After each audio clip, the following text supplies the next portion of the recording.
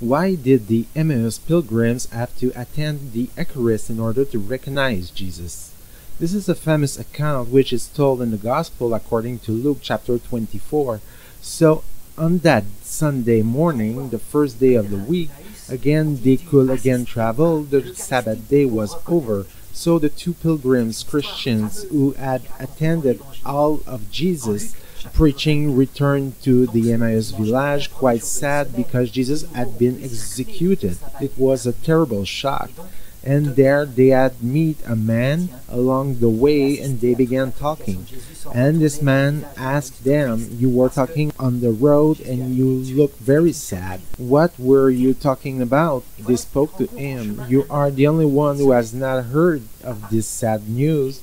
The prophet Jesus, whom we believe really had been sent by God, he was killed by the Romans with the complicity of the Jewish high priest." So this man who was with them began to explain the scriptures to them, to inform them everything about Jesus and how he was to be put to death and how he was to be resurrected on the third day, how everything was announced in the accounts surely from Isaiah 53, the faithful servant who takes the sins of the world. And they listened, and their hearts were all burning within them. In fact, they did not understand that the man who spoke to them was actually Jesus. And now, as they arrive at Emmaus in the evening, and they say to the pilgrim, "Lord, stay with us." Evening falls, we will eat together, and Jesus accepts. So at the table, he took the bread, he blessed it, he broke it, and he gave it to them. So immediately their eyes had opened, and they recognized him. No sooner had they recognized him than immediately Jesus had disappeared. So happy, aroused, they returned without delay to Jerusalem. They found the apostles and informed them, "We recognize Jesus. He appeared to us. He has explained it to us everything." Why did they recognize him only when he broke the bread?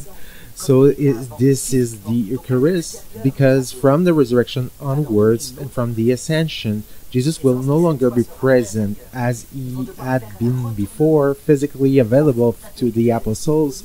He will give them another presence, a presence which this time will be an interior, spiritual presence. They will have to make a deep intellectual turnaround. Instead of speaking to Jesus as a friend, they will have to speak to him who is within their heart, and for that they will have the Eucharist. By eating the bread, which is the body of Christ, they shall have to understand that it arises in their interior, which means that he wishes to come into their heart, and that they must now speak to him within. The Eucharist will be their pedagogue to pass from this external presence to this internal presence. It's not going to be easy, but now until the return of Christ, it means until the hour of their death, and at the hour of our death for all of us, at the end of the world for the last generation, we have the Eucharist and its goal.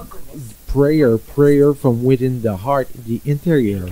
God lives within our heart. He said, "If anyone loves me, we will come to him. We will make him our home."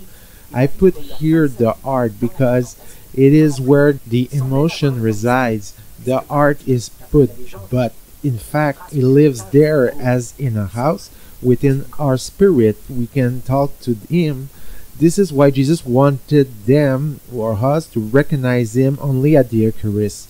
The purpose of the Eucharist itself is prayer, heart-to-heart conversation, which Marie-Madeleine had deeply understood since she had become a hermit and would live the end of her life in contemplation, in prayer, without even have the Eucharist, since it seems, according to legend, she had to live her hermitage in Gaul without a priest in a cave.